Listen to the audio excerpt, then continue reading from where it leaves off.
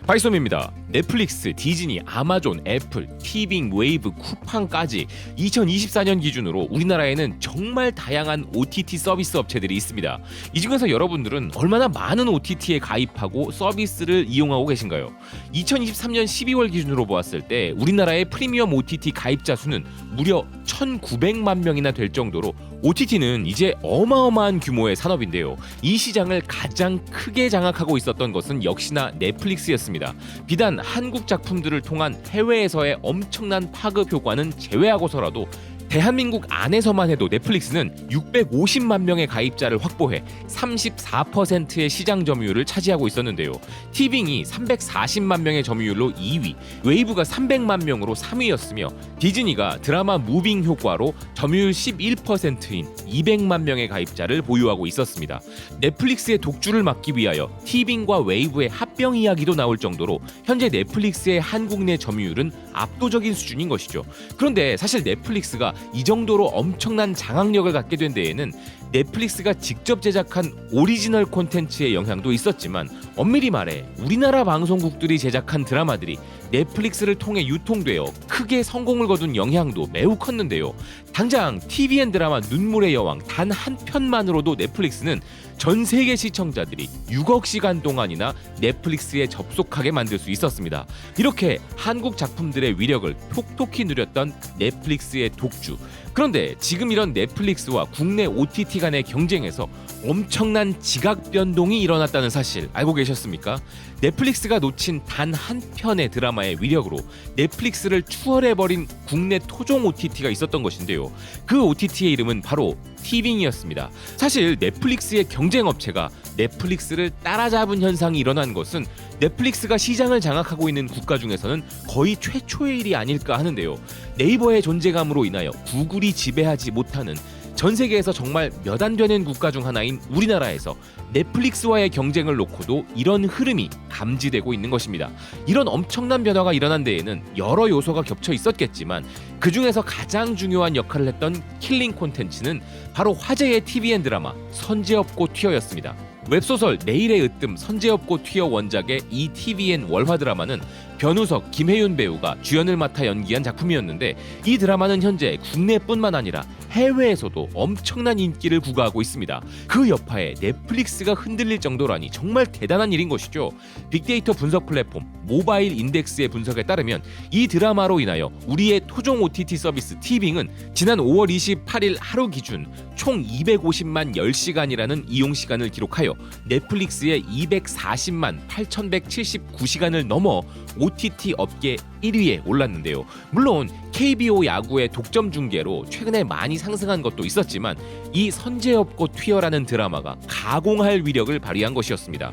그리고 이 드라마는 국내에서의 돌풍도 물론이지만 해외에서는 러블리 러너라는 제목으로 엄청난 폭풍을 일으키고 있는데요.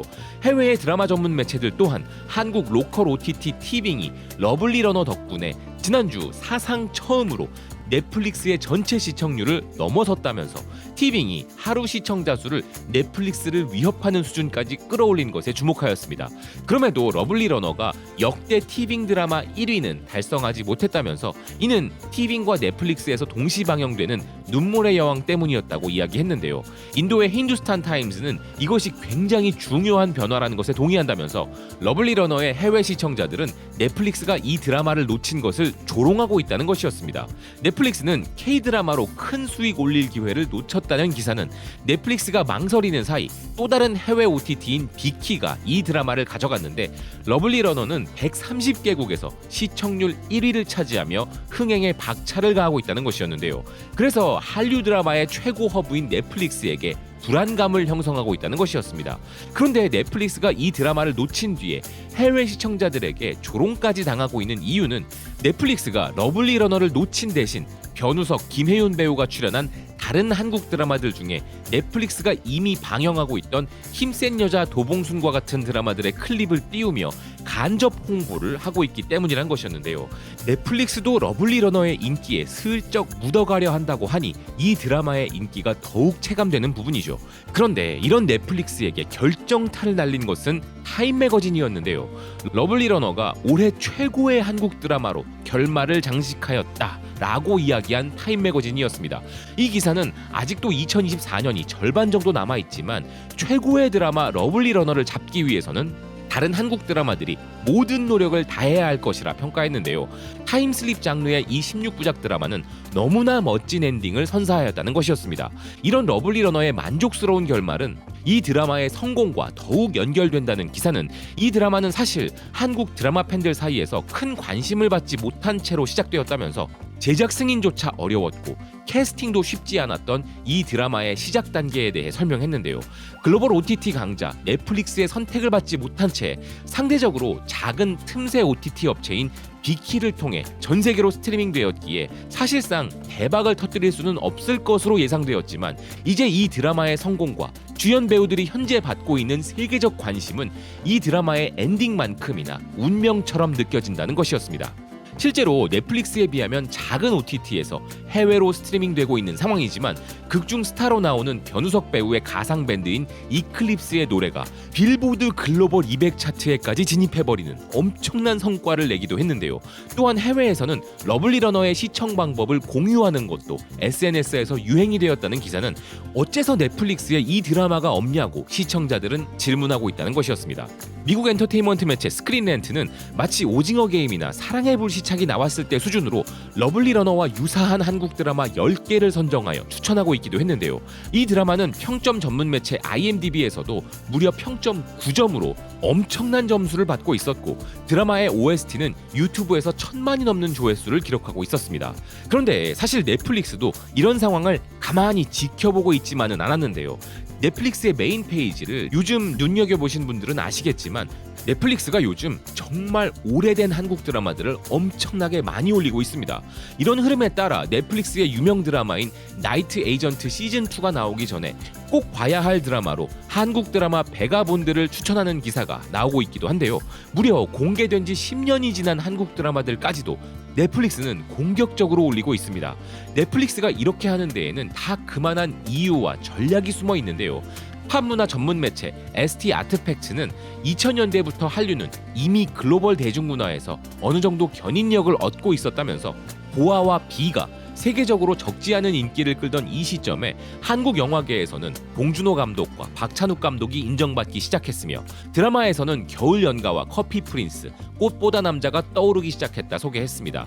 당시 한국의 대중문화 수출은 주로 아시아 국가에서 이루어졌다는 기사는 그때만 해도 한류는 틈새 시장을 노렸지만 전 세계인들이 강남스타일과 BTS를 따라 부르기 시작하고 넷플릭스가 등장함에 따라 K-드라마 또한 세계적으로 널리 보급되었다면서 이런 여파로 지금은 대스타가 된 한국 배우들의 데뷔작들이 지금 넷플릭스에 올라와 제2의 전성기를 맞이하고 있다는 것이었는데요. 그런 대표적인 드라마로는 지금은 글로벌 스타가 된 김수현, 수지, 아이유가 출연한 바 있는 드림하이가 있다고 소개했습니다. 아르헨티나 매체 미누토아르 역시도 넷플릭스가 최근 계속해서 새로운 영화와 드라마들을 추가하고 있다면서 특히나 넷플릭스가 집중적으로 추가하고 있는 게 바로 과거의 한국 드라마라 이야기했는데요. 미국의 콜라이더 역시 본격 OTT 시대 이전 한국 드라마들인 박보검, 김유정 주연의 2016년 드라마 구름이 그린 달빛과 해를 품은 달을 추천하면서 한국 드라마는 갑자기 큰 흥행을 한 것이 아니라 이미 이전부터 인기가 많아 매니아층을 형성한 장르였고 이제 넷플릭스를 통하여 한국 드라마의 위력을 실감한 많은 시청자들이 과거의 한국 드라마, 즉 넷플릭스가 있기 전의 명작 드라마들을 찾아서 보기 시작했다고 이야기했습니다. 그리고 현실적으로 해외 시청자들이 과거 한국 드라마에 접근할 수 있는 방법은 OTT 플랫폼일 수밖에 없기에 이를 파악한 넷플릭스가 오래된 한국 드라마들을 계속 올리고 있다는 것이었는데요. 넷플릭스뿐만 아니라 아마존과 같은 다른 글로벌 OTT들 역시 이런 흐름에 따라 한국 드라마를 특정한 장르로 구분하여 별도의 섹션을 만들어 제공하는 전략을 만들어내고 있습니다. 할리우드 영화를 좋아하는 사람들은 할리우드의 고전을 찾아보거나 심지어 미개봉 작품까지 찾아보며 매니아가 되어가는 것처럼 한국 드라마에 빠진 해외 시청자들은 이제 고전 한국 드라마를 찾아보기 시작했고 그런 수요를 정확히 파악하고 있는 것이 넷플릭스가 아닐까 하는데요. 얼마 전 소개해드렸다시피 국내 OTT 웨이브의 해외 법인 코코아 역시도 프랑스, 포르투갈, 영국, 호주 등 세계 시장에 진출을 하였죠. 현재 코코아는 약 3만 시간의 한국어 콘텐츠를 보유하고 있고 한국에서 새롭게 방송된 콘텐츠들도 8시간 이내에 플랫폼에 제공하며 다른 경쟁 업체들과 차별화를 두고 있다고 하는데요. 그렇지만 사업 운영 측면에서 볼 때 콘텐츠 확보에 있어서는 매우 다르다는 것이었는데요.